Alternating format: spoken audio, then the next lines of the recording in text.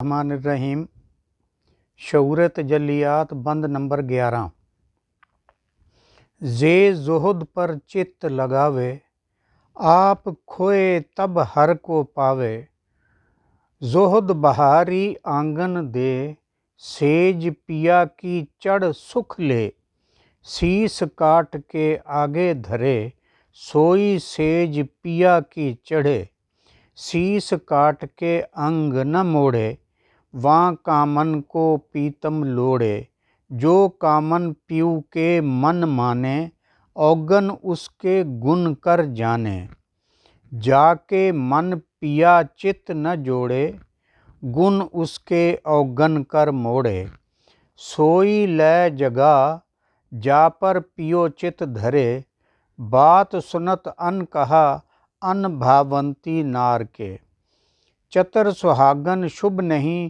کور دہاگن نار سوئی نار سلکھنی جس شو دھرے پیار۔ ترجمہ: زہد، عبادت اور پاکیزگی اخلاق پر دھیان دینا چاہیے۔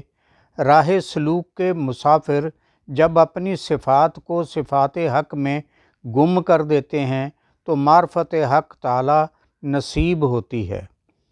سالک کو چاہیے کہ زہد و طاعت کے جھاڑو سے اپنے من کے آنگن میں جھاڑو دے کر خواہشات نفسانی اور بدعمالی کے جھاڑ کوڑا کرکٹ کو صاف کر دے، پھر محبوب کی سیج نصیب ہو جاتی ہے اور سکھ چین سکون ازلی مل جاتا ہے۔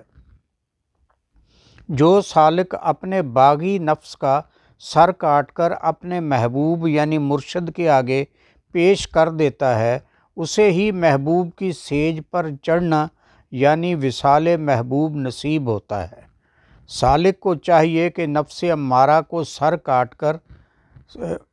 امارہ کے سر کو کاٹ کر مرشد یعنی محبوب کی خدمت میں پیش کر دے اور اپنے بدن کو بھی محبوب سے نہ موڑے یعنی جسمانی اور روحانی مکمل اطاعت و پیروی اختیار کرے۔ ایسے ہی سالک کی محبوب یعنی مرشد کو تلاش ہوتی ہے۔